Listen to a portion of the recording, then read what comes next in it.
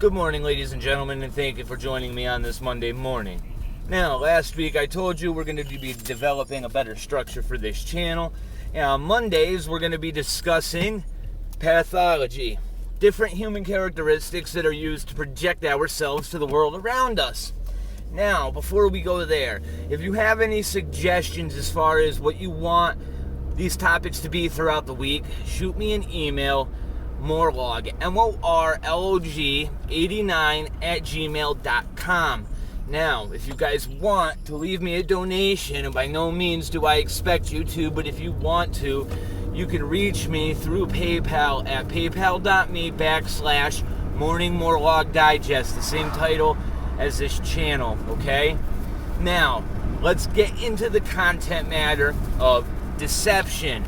And that's where we're going to start this pathology discussion, because I feel as though it is the most utilized tool, and I think everybody has an inherent understanding of how to use it, even if it is at a very basic level. Even little children use the art of deception to play one parent against another, even at the earliest ages. For example, a 3-year-old gets a cookie from his mother after they have dinner. Mom goes upstairs to get in the bathtub. Dad comes downstairs to watch the kid. The kid asks Dad, "Can I have a cookie? Did Mommy give you one?" "No." "Well, Mommy's upstairs. Daddy ain't gonna walk his lazy ass up there to ask him." 3-year-old knows this. Daddy says, "Have another cookie." Art of Deception 101. And the earlier you recognize this in your children and you reinforce that it's not acceptable, the better off your children are going to be.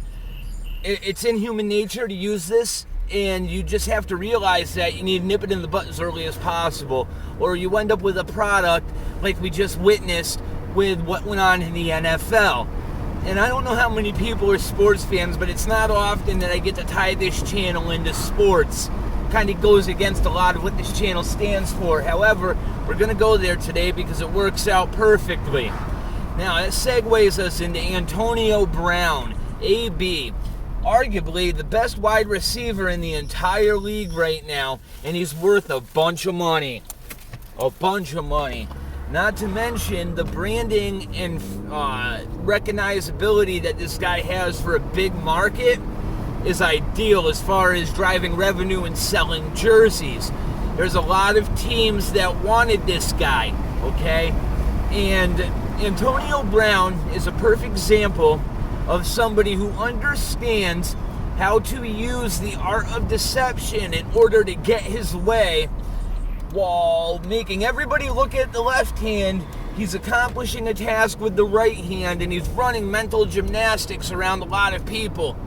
And what astonishes me about this whole thing is not only is this man extremely gifted physically, he has the brain of a championship level chess player, because to be able to make the moves that this guy made, to be able to utilize the art of deception like this guy did to his advantage and have the entire league be blind to it, is an amazing feat in and of itself, and it shows you what you can accomplish if you have the mental fortitude and willpower to stick by your plan to fruition. Okay, it doesn't always work out, but if you have that mindset, things like this are possible. So, he wasn't happy where he was as a Steeler with Ben Roethlisberger and the system that he was in. Now, according to a lot of people that have played with Antonio, is that he's a prima donna. Everything has to be his way. He's not one to bend to the system around him. And, you know, that may be true. However, I have a feeling it's more of you aren't giving anything in return. You expect him to be completely rigid and obey you like he's your slave, right? Now, you are paying the guy $34 million for 2 years or whatever. However, if you're building a system around a guy and you're throwing him passes and you're expecting him to put his body on the line, you can't expect him to run a system where he doesn't feel comfortable. Okay? So what did Antonio do? He started sabotaging his own influence, performance, and career in Pittsburgh by making stupid decisions. And it wasn't anything on the field necessarily, whereas it started hurting the marketability of the entire Steelers organization, and it became too much drama for them to proceed to take on. It was too much of a liability. They were giving him way too much money, right, in order to deal with his shenanigans, while at the same time they didn't have the core of people around him to make it worth keeping him around. Like, he himself could perform, but the team wasn't performing well enough around him to keep dealing with Antonio's attitude. And if you kept him there, you couldn't afford to bring players in that would suit Antonio's playing ability and style, and they knew this. Antonio knew this. Now, the Steelers had a problem because the best offers that they're going to get for Antonio Brown are more than likely going to come from the division and the conference that they play in, and they didn't want that. So they purposely went out of their way and took less money than they could have got other places, less of a value than they could have got other places, to make sure Antonio went to a different division out on the West Coast, which is where he gets traded to the Oakland Raiders. Now, from day one, Antonio was suffering from frostbite on his foot, supposedly from a cryogenic chamber that they use to heal muscles after games. And what I find interesting about this is where things get interesting for me, where the art of deception starts to come in even more. There's no way after frostbite starts to heal that you can look at that wound and tell if a person is exaggerating about the symptoms, okay? It does nerve damage, which is essential for him stopping and being able to juke and change directions while going upfield and planting his feet, etc. So what Antonio starts to do is starts to miss practices, starts to use his foot injury as an excuse as to why he's not performing on field, why he's not participating, etc. And the Raiders bend to Antonio, thinking that it's gonna solidify his loyalty to the team.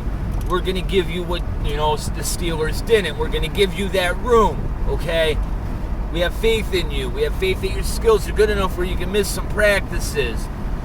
And then Antonio keeps playing this game, misses a bunch of, training camp, and then all of a sudden the league makes the helmet that Antonio Brown's wearing illegal. And what does Antonio do now? He refuses to practice and he refuses to participate in preseason activities unless he's allowed to use the helmet that he's been using since his career came in. He wanted to be grandfathered in. Making a big stink about this all over the media, all over Twitter, everywhere. Do you think Antonio Brown, making that kind of money, really gives a damn about what kind of helmet he wears? Once a helmet's on your head, what really makes a helmet feel the same, it isn't the brand of helmet, it's the type of pads that you put inside the helmet. So it had nothing to do with Antonio Brown not wanting to wear a helmet. What it did is it gave him leverage to be deceptive in his true intentions. Now, the entire time, Antonio's already expressed interest in wanting to be a New England Patriot. Now, this is where the whole Antonio being Antonio thing just falls apart to me. Because if Antonio was doing all this because he didn't want to conform and he didn't want to bend because of a personality flaw, it doesn't make any sense to me. Because Antonio expressed interest implicitly in being a New England Patriot prior to all of this, okay? Now, in order to be a New England Patriot, it's well known that Bill Belichick, the coach, he runs the ship. If he tells you to jump, you say how high. He says jump out this window, you do it or you lose your contract. Okay? Why would somebody like Antonio Brown, who won't play because of a helmet, want to work in a system with Bill Belichick? I'll tell you why. Because Antonio Brown didn't give a damn about the helmet, okay? Antonio Brown's foot was better way earlier than he said it was, okay? Why would he bother investing time learning a system in Oakland if ultimately he knows that's not where he's going to play? He never had any intention of taking a single down with the Oakland Raiders. This entire thing was one giant con to end up in New England with Bill Belichick and Tom Brady, because the Steelers wouldn't trade him to the East Coast. And that, my friends, is how you use the art of deception. That, my friends, is how you play the cards that God gave you. You play the cards that reality has dealt, okay? They say that a lot of us have one foot in the grave and one foot in the shower. Meaning that half of us is always dirty, right? And succumb to the fact that ultimately we're all dead man walking. And the other half of us is constantly trying to clean ourselves off before we end up in the grave. What does that mean? Okay? That means that a lot of times we spend time dwelling on what the world's dealt us, and then we try to wash ourselves of the situation, whereas ultimately you should have accepted what the world gave you, and instead of trying to clean yourself off from it, you need to just use it, and use it however you can. The art of deception isn't necessarily a bad thing. Look at Antonio Brown, for example. Why would he want to play in a system that he didn't like, somewhere he didn't want to be, etc., when he had it in his power to use his influence, to use his markability, to use everything that he has going for him, his fame, his power, use all of that in order to end up where he wanted to end up. Now, these other teams are kicking themselves in the ass, because if the Steelers, for example, would have just traded Antonio to New England, they could have taken away a threat from New England. Now New England just gets to pick him up in free agency for nothing. They give him $15 million, okay? And if you think for a moment Bill Belichick is going to get played, we'll talk about Bill Belichick on another episode of Pathology later on, because that man is a stoic example of somebody that has consistent character, whether it be for the good or the bad. It's consistent. Now, how can you yourself use deception on a day-to-day basis to benefit yourself? Well, for one, I don't recommend doing it on a regular basis, because I was born with the gift of deception, and I'm telling you right now that you're ultimately screwing yourself over in the end if you're planning on playing a long game with it. Okay? The best way to use deception is to simply use it to neutralize aggressive or conflict situations. I wouldn't try to use it to screw somebody over, because ultimately it's going to come back to bite you in the ass. I don't care how good you are at it. Now, deception is simple, okay?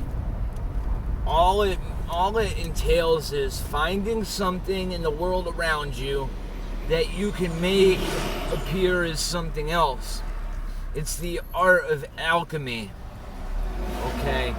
So, for example, if you have somebody that puts up one of these YouTube videos where they're talking about, highlights in a video game, right? They're talking about how good of a player they are. You have no idea how long they sat there and how long they actually played that video game. All you're seeing is random strings of events where they're performing extremely well.